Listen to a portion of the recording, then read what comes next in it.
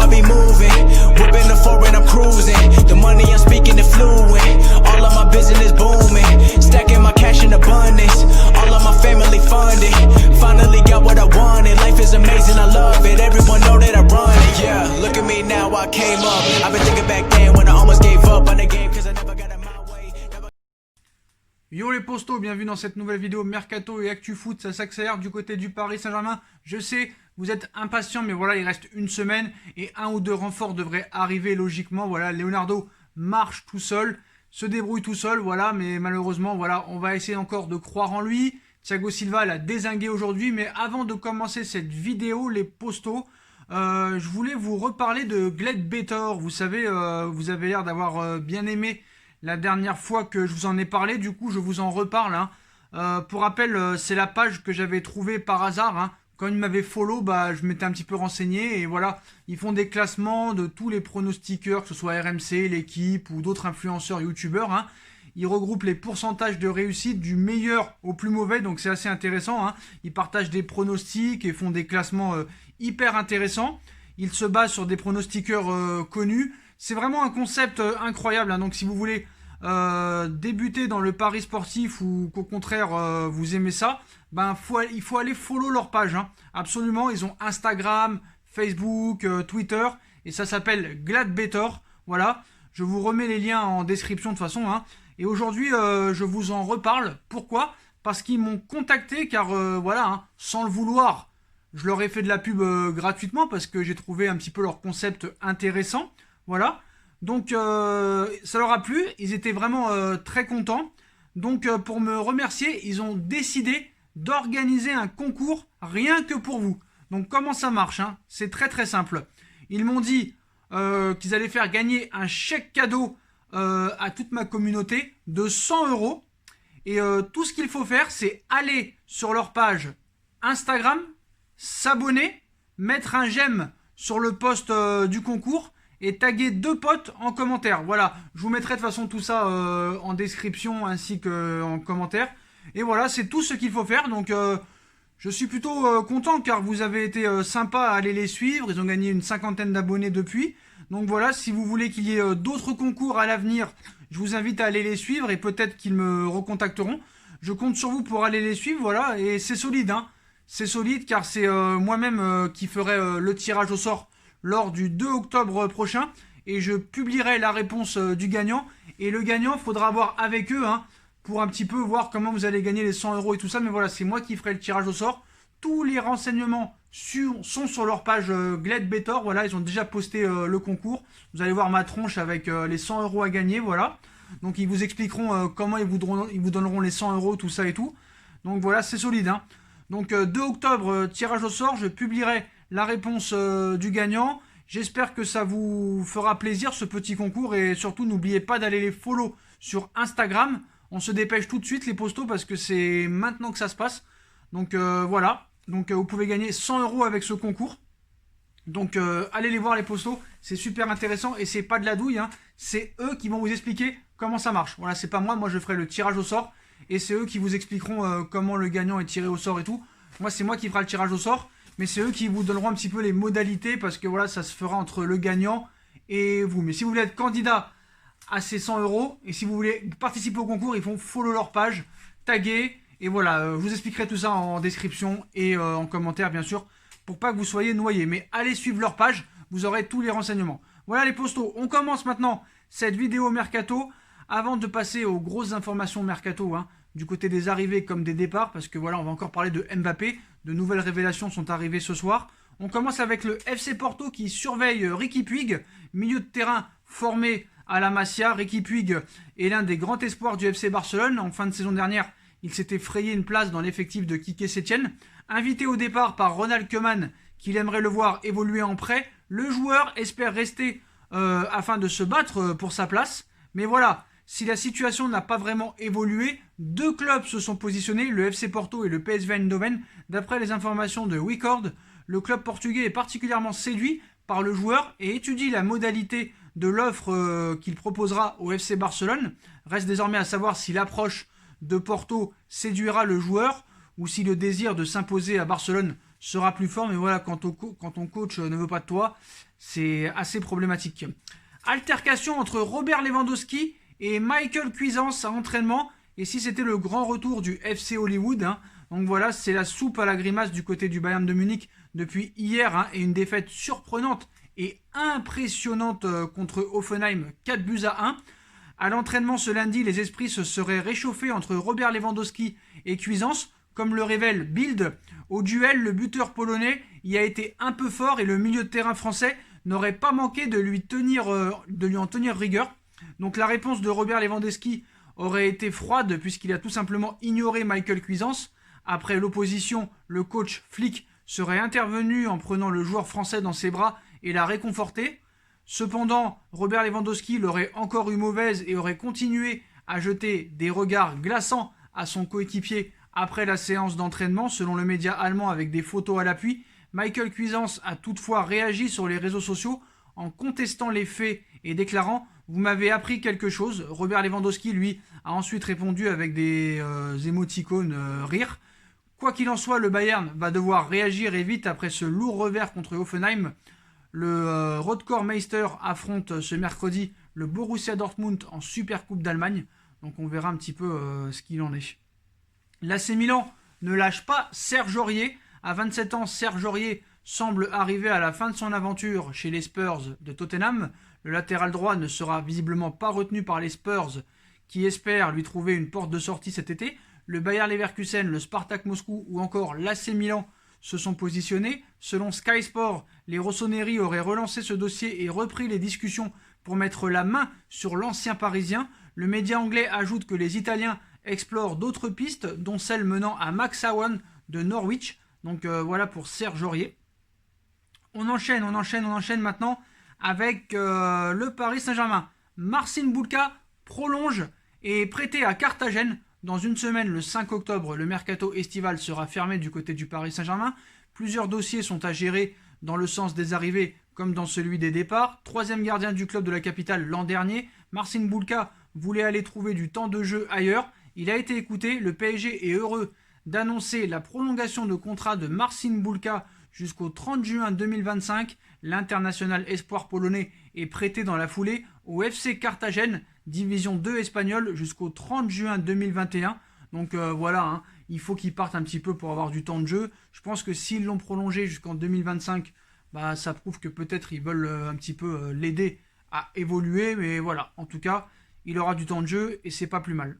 Bon, on enchaîne un petit peu avec le Paris Saint-Germain. Avant de parler du mercato, Thiago Silva dézingue Leonardo. Arrivé libre à Chelsea, Thiago Silva a refermé le chapitre Paris Saint-Germain après 8 années de bons et loyaux services, ce qui ne l'empêche pas d'avoir un peu d'amertume. Un nouveau départ à 36 ans, Thiago Silva a rejoint Chelsea libre cet été, après avoir vécu un premier match tranquille face à Barnsley. En coupe, 6-0, le Brésilien a été plongé dans le grand bain de la Première Ligue samedi face à West Bromwich Albion. Celui qui portait le brassard de capitaine a été fautif sur l'un des buts encaissés par Chelsea. Malgré cela, son entraîneur Frank Lampard a multiplié les messages bienveillants à son égard, de quoi lui donner confiance avant d'affronter Tottenham mardi en Coupe de la Ligue, un jour où sera aussi publié un long entretien accordé à France Football demain, l'occasion pour le défenseur central d'évoquer tous les sujets de son départ du Paris Saint-Germain, qui ne s'était pas fait de la meilleure des manières, hein, comme l'avait expliqué son agent Paolo Tonietto à l'équipe à la fin du mois d'août.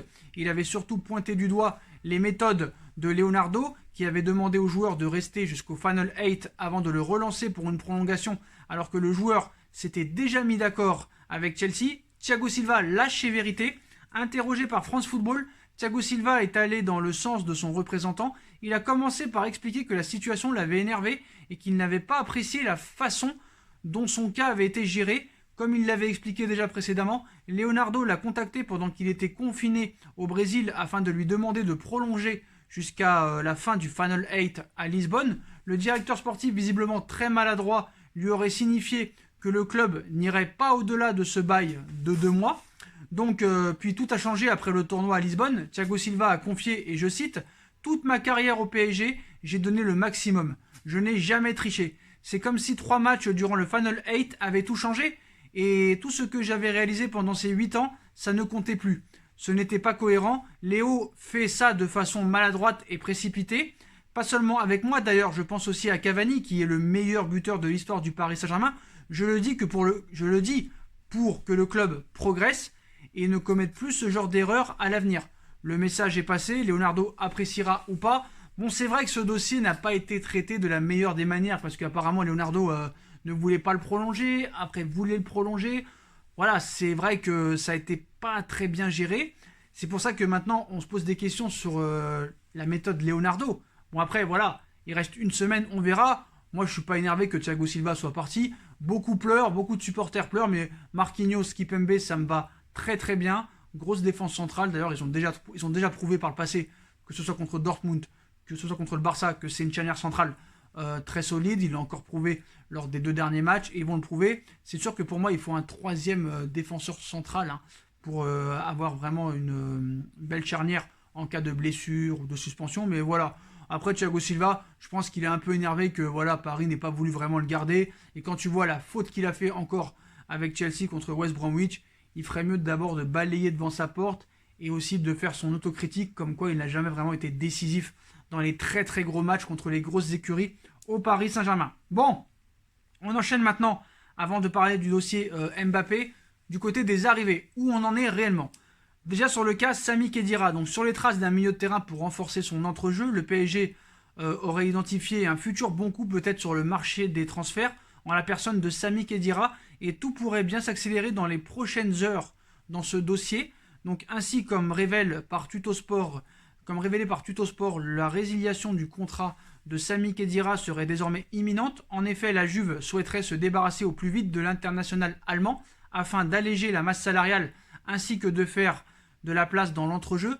Tout pourrait être bouclé dans les prochaines heures, ce qui pourrait permettre ensuite à Khedira de s'engager pour l'équipe de son choix, et ce gratuitement, une véritable chance à saisir pour le Paris Saint-Germain, qui pourrait se garantir l'arrivée d'un joueur très expérimenté sur la scène européenne à moindre coût, à 0 €, mais un joueur qui est vraiment souvent blessé.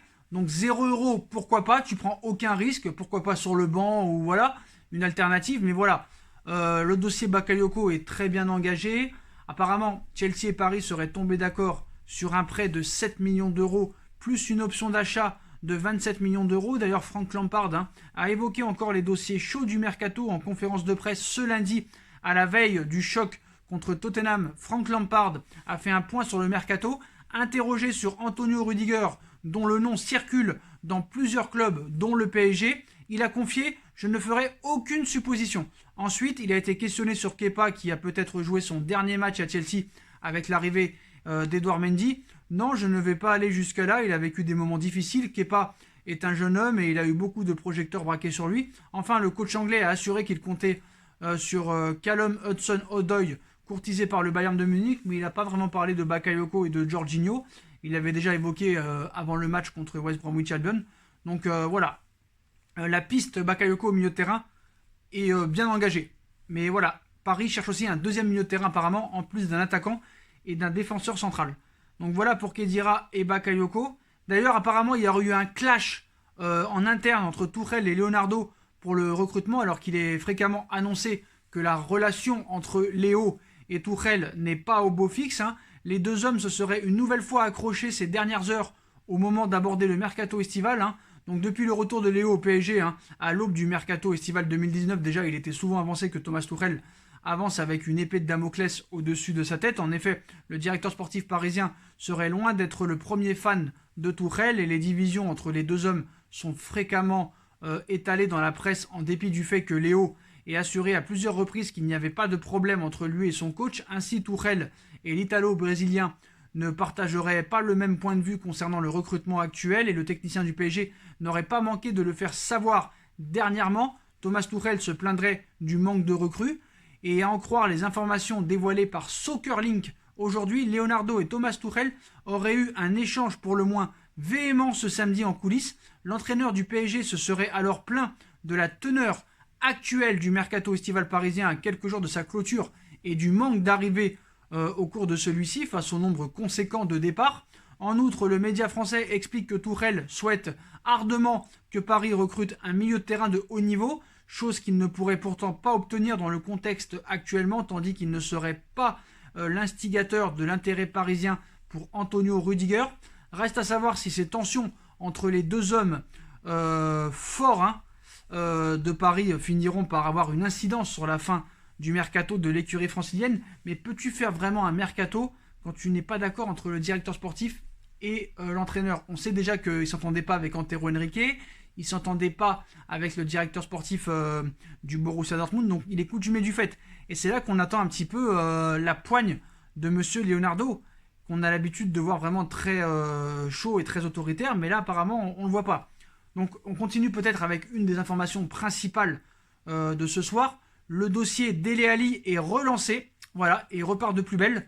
Donc en quête de renfort d'ici la fin du mercato, Léo pense toujours à Dele Alli. Bien qu'un accord ne serait pas encore d'actualité, le PSG ferait de l'anglais un dossier très sérieux. Bien que José Mourinho ait confié compter sur Dele Alli cette saison, son départ n'est clairement pas écarté alors que l'international anglais n'a pas été retenu par The Special One pour la réception de Newcastle ce dimanche. À 24 ans, Ali semble donc être sur le départ en coulisses, une situation qui n'a pas échappé au Paris Saint-Germain à en croire plusieurs médias, et le dossier serait toujours d'actualité malgré les propos de José Mourinho.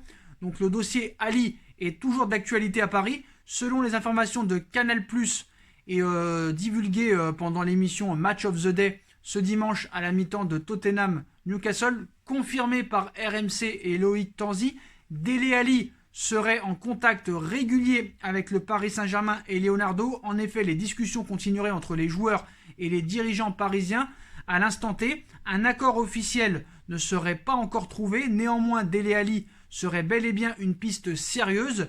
Et si l'anglais débarquait au Paris Saint-Germain dans les prochains jours, voilà, ce serait quand même pas mal. Donc pour l'instant, au milieu de terrain, on a du Jorginho, du Bakayoko, du Dele Alli, du Khedira. Mais apparemment, les pistes les plus sérieuses pour l'instant sont Bakayoko et Dele Alli au milieu de terrain. Mais voilà, Paris garde contact en tout cas avec Tottenham pour Dele Alli, et Dele Alli apparemment ne serait pas contre venir au Paris Saint-Germain. Et on passe à l'information peut-être principale de cette vidéo.